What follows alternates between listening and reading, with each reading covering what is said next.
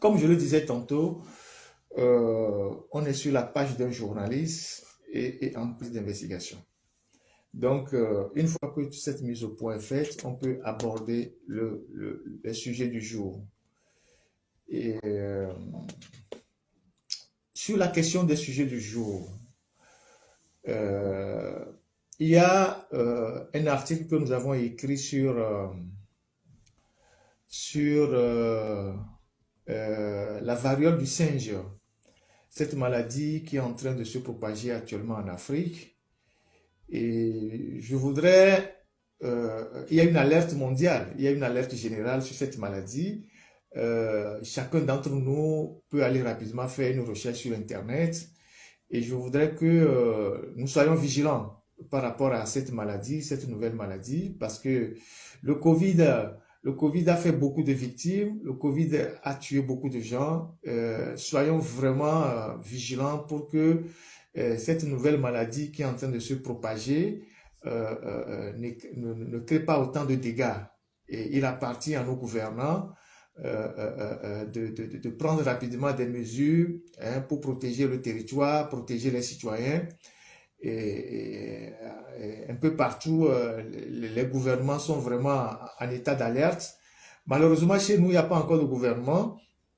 Ça fait que nous sommes pratiquement 4 mois sans gouvernement, bientôt 5 mois, il n'y a pas encore de gouvernement.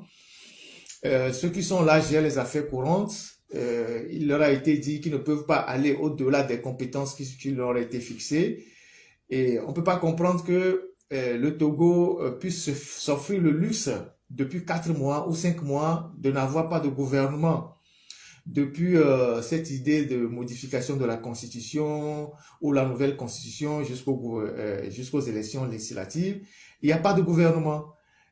C'est quand même incroyable pour un pays qui est confronté à tous les défis. Vous avez passé 3 mois pour nommer un ancien nouveau Premier ministre, pour ne pas dire une ancienne nouvelle Premier ministre, et je ne sais pas s'il faut passer 3 mois encore pour former un gouvernement, alors qu'il y a des priorités dans le pays, tout le pays est prioritaire. Je ne sais pas s'il faut passer encore 3 mois pour former un gouvernement. Vous avez besoin de quoi pour former un gouvernement? On a déjà une idée de ce que vous allez nommer ministre. Il y a des gens qui sont au gouvernement depuis 18 ans, 20 ans, ils n'ont jamais bougé. Le gouvernement togolais, c'est comme un examen dont on connaît déjà les résultats. Donc, il suffit de reconduire les mêmes personnes et que la vie reprenne. Donc, on ne peut pas comprendre que depuis bientôt 2 semaines qu'on a reconduit un Premier ministre, il n'y a pas de gouvernement. Et pourtant, les défis sont là. Aujourd'hui, avec cette maladie et la variole du singe, on a besoin que le gouvernement communique, que le gouvernement informe les populations, les mesures à prendre, ce qu'il faut faire, les mesures préventives. Il n'y a pas de communication. Il n'y a pas de gouvernement. On ne peut pas s'offrir le luxe depuis 4 mois sans gouvernement dans un pays où tout est prioritaire. Il n'y a pas de gouvernement. Donc, et pourtant, je ne sais pas si les nouveaux ministres, vous voulez aller les chercher sur la planète Mars. Je pense que c'est les mêmes que vous allez reconduire. C'est les mêmes qui sont au gouvernement depuis 20 ans. C'est les mêmes que vous allez reconduire. Donc, reconduisez-les et que le travail commence. Il y a travail à faire. On ne peut pas comprendre. On ne peut pas comprendre. Depuis 4 mois, 5 mois, il n'y a pas de gouvernement dans un pays. Et pourtant, il y a des questions prioritaires. Tout le pays est à l'arrêt. Maintenant qu'on parle de la variole des singes, les populations attendent que leur gouvernement puisse sortir un communiqué pour leur dire c'est quoi cette maladie, qu'est-ce qu'il faut faire, quelles sont les mesures préventives à prendre, quels sont les risques, quels sont les modes de contamination.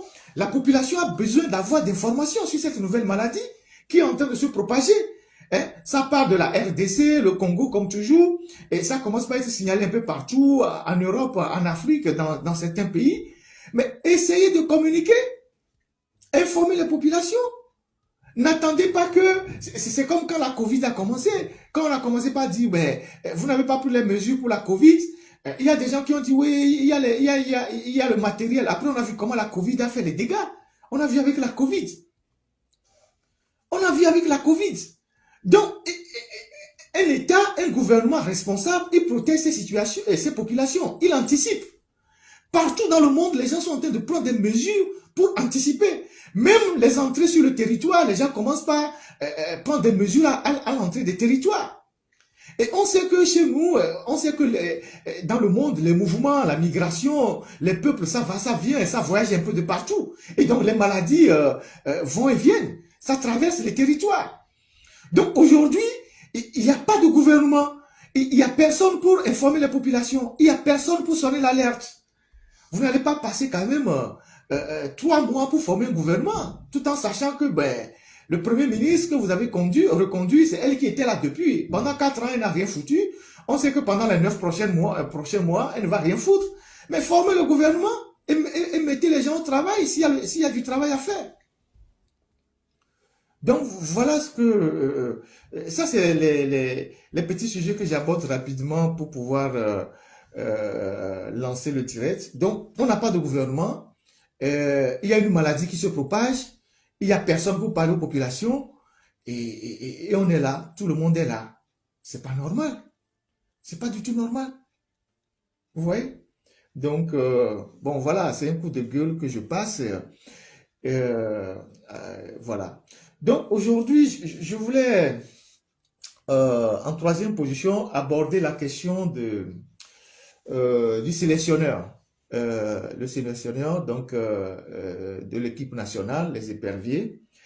Le feuilleton, en tout cas, la première partie du feuilleton Nibombé Daré a pris fin depuis vendredi dernier, après plusieurs tergiversations, plusieurs feuilletons, des allers-retours entre Lomé et Bruxelles. La Fédération togolaise de football avait, dès le départ, manifester son intérêt pour le choix de Nibombé Daré. Et puis après, on a vu qu'au ministère, il y avait quelques réglages à faire. Et depuis vendredi, tout est rentré dans l'ordre. Et je pense que il ne nous reste qu'à saluer la signature du contrat de notre compatriote Nibombé Daré et remercier tous ceux qui, d'une manière ou d'une autre, ont mis un peu de pression pour que le choix se porte sur un de nos compatriotes pour diriger les éperviers.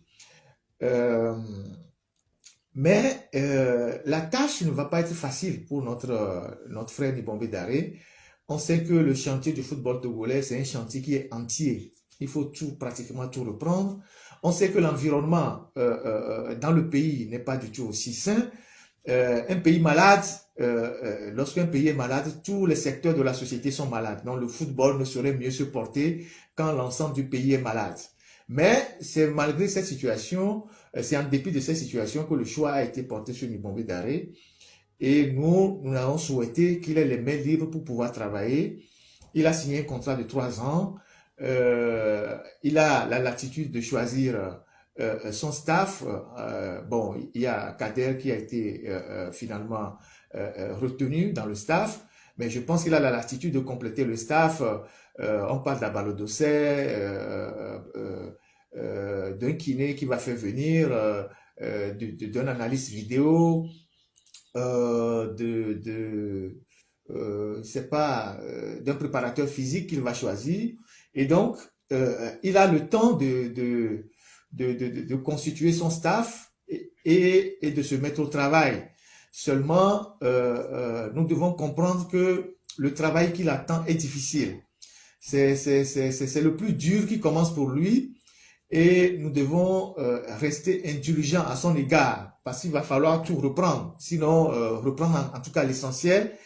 Et il a 3 ans pour vraiment prouver qu'il mérite vraiment l'équipe nationale du Togo. Et donc, portons-le dans nos prières, essayons d'avoir des pensées positives pour l'accompagner dans sa mission.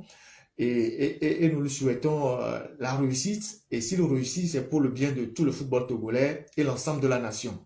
Donc, nous espérons qu'il va vraiment remonter la côte de l'équipe nationale du Togo et que le football du togolais va reprendre son aura d'antan et que les éperviers vont renouer avec la victoire. Donc, merci à tous ceux qui ont œuvré pour que Nibombé Daré puisse être choisi comme entraîneur. Ça n'a pas été facile.